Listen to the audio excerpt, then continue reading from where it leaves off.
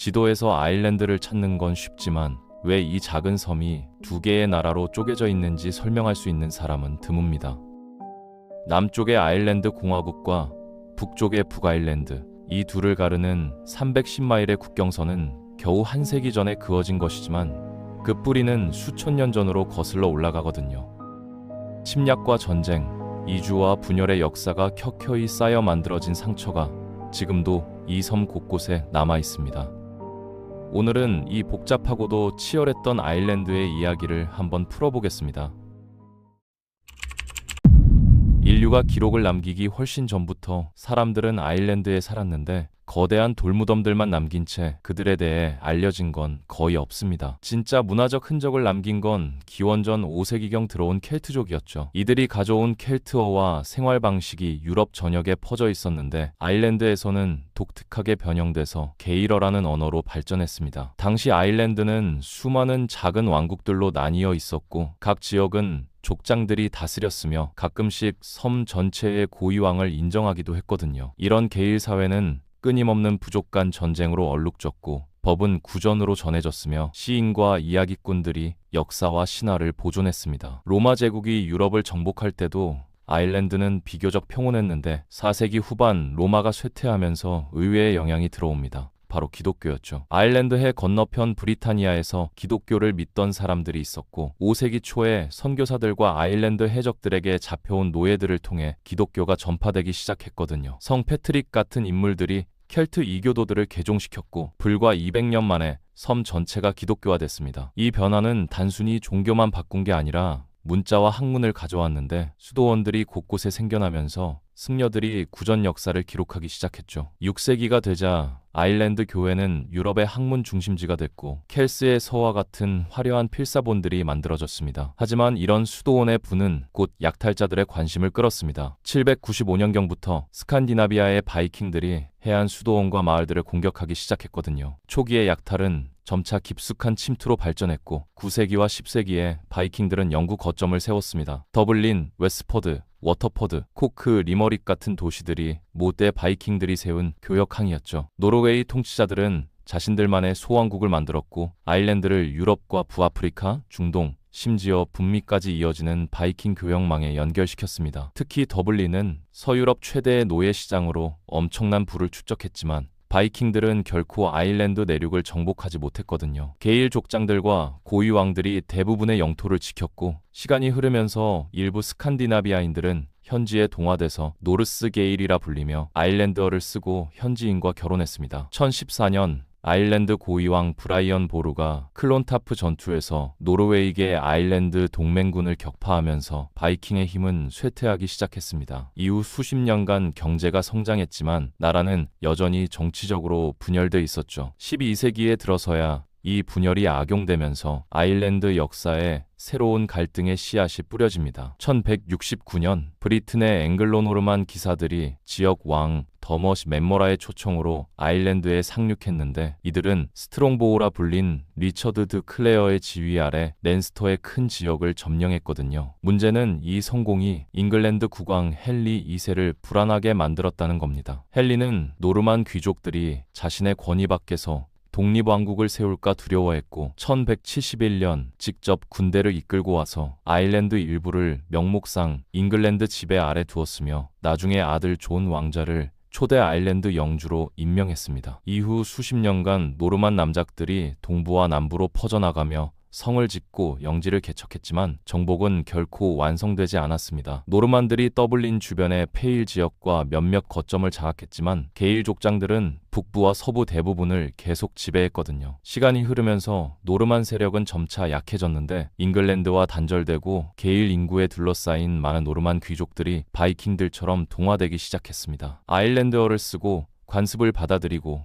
게일 가문과 혼인했죠. 1367년 잉글랜드 왕실은 킬케니 법령을 통해 정착민들의 혼인과 아일랜드어 사용을 금지하려 했지만 15세기가 되자 잉글랜드의 실질적 지배는 페일 지역으로 축소됐고 나머지는 게일 부흥을 경험했습니다. 16세기 초 투더 왕조의 잉글랜드는 훨씬 공격적으로 아일랜드를 통제하려 했습니다. 1530년대부터 시작된 투더 정복의 주요 원인 중 하나는 종교개혁이었는데 헨리 8세가 가톨릭 교회와 결별하면서 이 변화를 아일랜드에도 수출하려 했거든요. 하지만 게일과 노르만 엘리트 모두 가톨릭을 포기하기 거부했습니다. 1541년 헨리 8세는 스스로 아일랜드 국왕 칭호를 채택하며 수색이 된 영주직을 완전한 왕국으로 바꿨죠. 투더 관리들은 영국법과 통치를 아일랜드 전역에 확대했고 게일 족장들에게 충성을 맹세하면 영국 자귀와 법적 보호를 주겠다고 제안했지만 대부분 거절했습니다. 먼스터에서는 피츠제럴드 가문이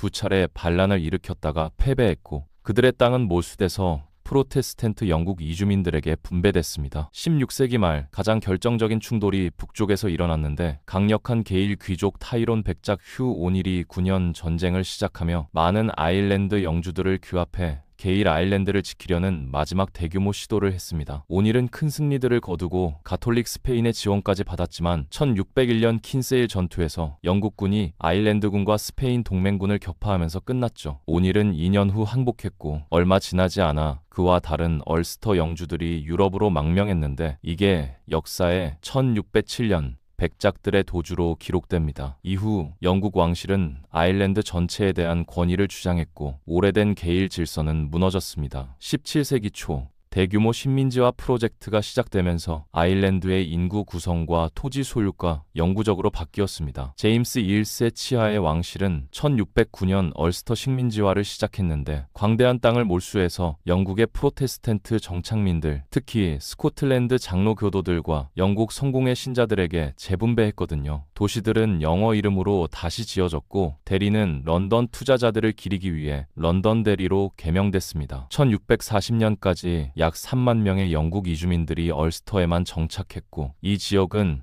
영국과 스코틀랜드 토지 소유와 남아있는 아일랜드인들이 뒤섞인 패치워크가 됐죠. 비슷하지만 더 작은 규모의 식민지화가 랜스터와 먼스터 그리고 나중에 코노트에서도 일어나면서 충성스러운 프로테스탄트 지주 계급을 만들었지만 원주민 가톨릭 아일랜드인들의 깊은 원한도 함께 심었습니다. 이 갈등은 1641년 폭발했는데 영국 내전의 혼란 속에서 아일랜드 가톨릭들이 땅을 되찾고 반가톨릭 정책에 저항하기 위해 반란을 일으켰습니다. 1641년 반란은 얼스터에서 프로테스탄트 정착민들에 대한 공격으로 시작됐고 폭력은 빠르게 섬 전체로 번진 광범위한 종파 갈등으로 확대됐죠. 1649년까지 영국 내전이 의회파의 승리로 끝나자 청교도 사령관 올리버 크로웰이 아일랜드의 가톨릭 봉기를 진압하기 위해 군대를 이끌고 왔습니다. 4년간 이어진 악명 높은 전역에서 그의 군대는 무자비하게 나라를 재정복했고 드로에다와 웨스퍼드 같은 도시에서는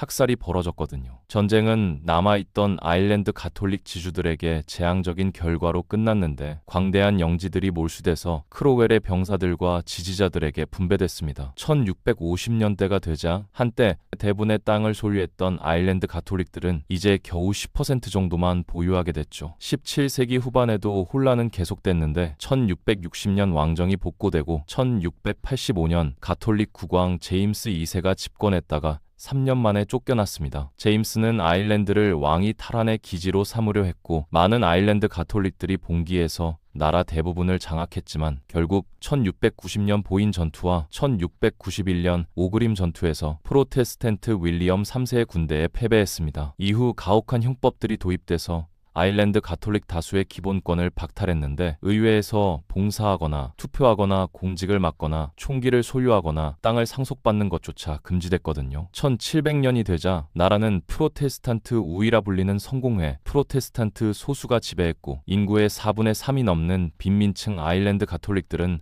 소작농으로 전락했으며 게일 문화는 박해받는 가톨릭 종교와 뒤섞여 대부분 농촌 빈민들 사이에서만 겨우 명맥을 유지했습니다. 18세기 내내 정치 권력은 더블린 아일랜드 의회에 집중된 성공회 엘리트 소수에게 있었지만 1700년대는 이전 세기의 전쟁 공포에 비하면 상대적으로 안정적이었습니다. 아일랜드가 어느 정도 경제 성장을 경험했지만 농촌 빈곤은 지속됐고 권리를 박탈당한 집단들 사이에서 분노가 끓었죠. 세기 후반 변화의 바람이 불기 시작했는데 미국과 프랑스 혁명의 영감을 받은 일부 프로테스탄트들이 개혁의 필요성을 인식하기 시작했습니다. 1782년 정치인 헨리 그레튼의 주도로 아일랜드 의회가 영국으로부터 어느 정도 입법 독립을 쟁취했고, 한편으로는 얼스터의 장로교 프로테스탄트들과 다른 지역의 가톨릭들 사이에서 공화주의 혁명운동이 커지기 시작했거든요. 1791년 벨파스트의 급진주의자들이 연합 아일랜드 현대인 협회를 결성했는데 종교를 넘어 모든 아일랜드를 단결시켜 민주개혁과 독립을 추구했습니다. 이들의 노력은 1798년 반란으로 절정에 달했고, 테오발드 울프톤이 이끄는 연합 아일랜드인들이 영국 지배에 맞서 봉기하며 아일랜드 공화국 수립을 시도했죠. 반란은 영국군에 의해 잔혹하게 진압됐고, 특히 웨스퍼드와 얼스터 주변 전투에서 수만 명이 죽었습니다. 울프톤은 붙잡혀 감옥에서 죽었고 아일랜드 민족주의의 순교자가 됐거든요. 1798년의 실패는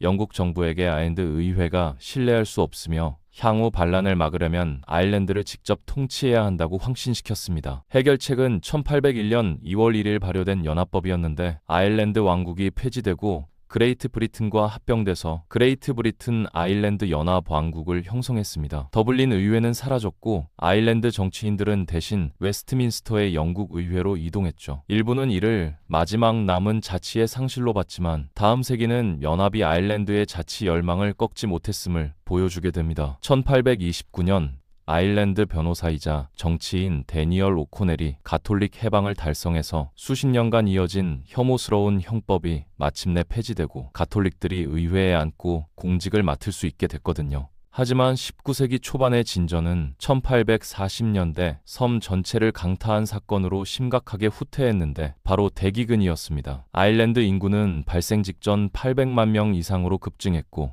대부분이 무토지 노동자와 소작농으로 주식인 감자에 깊이 의존하고 있었죠. 1845년 곰팡이병이 감자 작물을 강타해서 다음 몇 년간 반복적인 수확 실패를 일으켰고, 이는 재앙적인 기근으로 이어졌습니다. 영국 정부의 대응은 느렸고 가난한 사람들이 굶어 죽는데도 아일랜드에 얼마 안 되는 식량이 수출되는 걸 막지 못했거든요. 1845년부터 1849년 사이 약 100만 명의 아일랜드인들이 굶주림이나 기근으로 인한 질병으로 죽었고, 또 다른 100만 명은 난민으로 나라를 떠났습니다. 기근이 1850년경 끝났을 때 섬의 인구는 4분의 1 이상 급감했습니다. 대기근은 아일랜드 하층민들 사이에 남아있던 게이러 사회를 사실상 붕괴시켰고, 생존자들은 이후 수십 년간 수십만 명씩 주로 미국, 캐나다, 호주, 영국으로 이주했죠. 영국의 잘못된 대응에 대한 슬픔과 분노는 이후 몇 년간 아일랜드 자치에 대한 열망을 더욱 깊게 만들었습니다. 1880년대와 1890년대에 홈룰 운동이 탄력을 받았는데, 아일랜드가 아일랜드인에 의해 통치되지만 여전히 연합왕국 내에 남는다는 내용이었지만 영국 의회에서 법으로 통과되기에 충분한 지지를 얻지 못했거든요. 1914년이 되어서야 홈룰법이 마침내 통과돼서 아일랜드에 어느 정도 자치권을 부여했지만 제1차 세계대전 발발 직후 즉시 보류됐습니다. 당시 아일랜드와 영국 사이의 정치적 긴장에도 불구하고 20만 명 이상의 아일랜드인들이 전쟁 중 영국군에서 복무했고 대다수가 자원병이었습니다. 하지만 1916년 4월 비밀혁명 단체가 진행 중인 전쟁을 배경으로 아일랜드 완전 독립을 위한 극적인 시도를 감행했죠. 아일랜드 공화주의 형제단이 부활절 봉기로 알려진 더블린 봉기를 주도했는데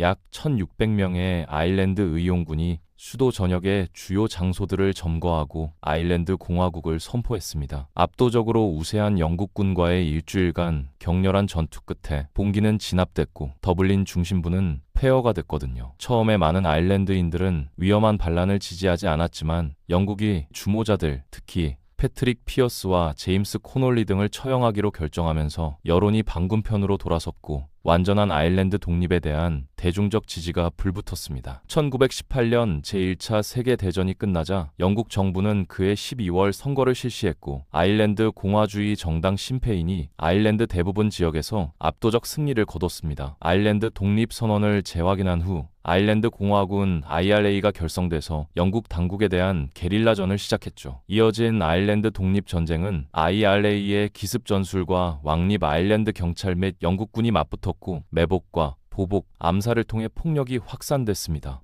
1921년이 되자 국제적 압력이 높아지고 전투원들이 지쳐서 휴전이 선언됐거든요. 런던에서 열린 협상으로 그해 12월 영아일랜드 조약이 만들어져서 전쟁을 끝냈지만 대가가 있었습니다. 아일랜드는 분단되기로 했는데 조약에 따라 섬의 대부분인 26개 카운티가 연합왕국을 떠나 아일랜드 자유국이 됐고 캐나다나 호주와 비슷한 영국 연방의 자치령이 됐습니다. 하지만 프로테스탄트 연합주의자 다수가 있는 북동쪽 얼스터의 6개 카운티는 연합왕국의 일부로 남기를 선택해서 북아일랜드를 형성했죠. 아일랜드 분단은 섬의 정치 지도를 근본적으로 다시 그렸지만 이미 깊이 분열된 사람들에게 더 많은 문제를 만들어냈습니다. 북아일랜드의 상당한 가톨릭 소수는 조약에 의해 버림받았다고 느꼈고 자유국에서는 특히 영국 왕실에 대한 충성 서약이 계속되는 조약 조건이 아일랜드 공화주의자들을 심각하게 분열시켰거든요. 이는 1922년 아일랜드 내전으로 이어졌는데 마이클 콜린스가 이끄는 조약 찬성파와 에이먼데 발레라가 이끄는 조약 반대파가 맞붙었습니다. 내전은 무자비하고 동족 상잔적이었지만 결국 조약 찬성파 국군이 승리했고 아일랜드 자유국은 온전하게 등장했습니다. 하지만 마이클 콜린스 자신은 1923년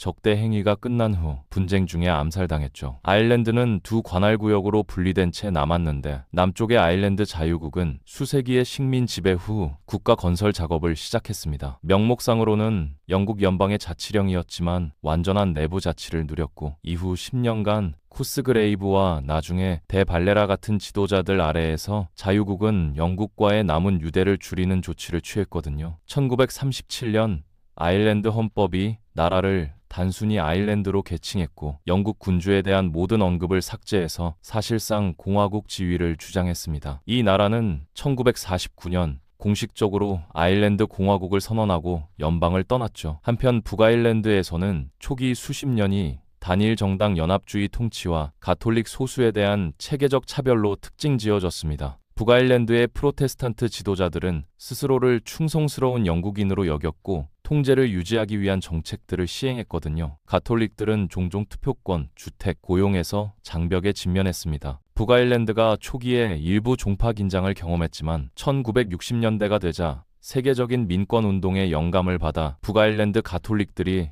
평등권을 위해 조직하기 시작했죠. 하지만 이런 작은 시위들은 주로 프로테스탄트로 구성된 경찰의 적대적이고 강압적인 진압에 직면했고 폭동과 트러블주로 알려진 시기의 시작으로 이어졌습니다. 이후 30년간 북아일랜드에서 오랫동안 끌어오던 종파 긴장이 폭발하면서 혼란이 이어졌는데 1969년 가톨릭 민족주의자들과 프로테스탄트 충성파 사이의 거리 폭력이 영국 정부로 하여금 질서 회복을 위해 영국군을 북아일랜드에 배치하도록 만들었습니다. 하지만 많은 가톨릭 공동체들은 군대를 강압적인 점령자로 봤는데 특히 1972년 피 일요일 같은 사건 이후 더욱 그랬죠. 이때 영국 낙하산 부대원들이 대리에서 비무장 시위대 13명을 죽였거든요. 1970년대 초가 되자 상황은 저강도 전쟁으로 확대됐는데 한쪽에는 북아일랜드의 공화국과의 재통일을 위해 싸운다고 주장하는 임시 IRA가 있었고 다른 쪽에는 UVF와 UDA 같은 충성성파 준군사 조직들이 영국과의 연합을 지키기 위해 군대와 경찰 같은 영국 국가 세력과 함께 싸웠습니다.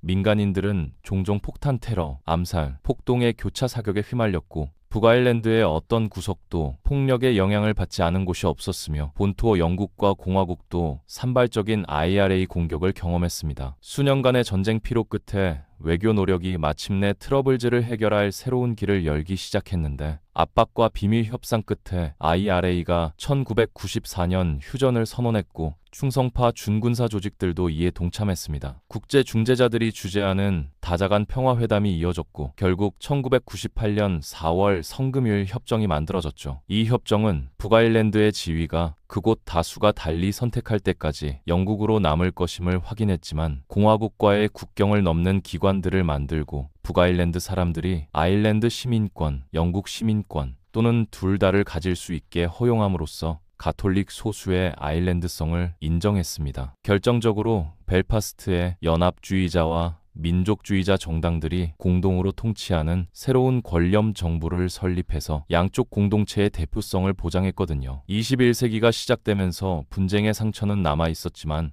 성금요일 협정의 분수령이 되는 순간은 아일랜드 역사의 새로운 시기가 시작되도록 했습니다. 북아일랜드가 평화의 가장 큰 수혜자였는데 한때 매우 위험했던 벨파스트와 대리 같은 도시들의 투자와 관광이 증가했죠. 아일랜드 공화국의 경우 평화는 급속한 경제 성장 시기와 겹쳤는데 1990년대 중반부터 2000년대까지 아일랜드 경제가 놀라운 속도로 확장하면서 서유럽에서 가장 가난한 나라 중 하나에서 가장 부유한 나라 중 하나로 전환됐습니다. 오늘날 아일랜드는 과거에 가난하고 식민 지배받고 기근에 시달리던 땅에서 변모했는데 여전히 두 개의 분리된 국가로 나뉘어 있지만 지난 수십 년간의 협력과 결속은 의심할 여지 없이 둘을 더 가깝게 만들었고 역사 내내 오랫동안 달성되지 못했던 가능성, 즉 언젠가는 통일된 아일랜드 섬이 있을지도 모른다는 가능성을 높이고 있습니다.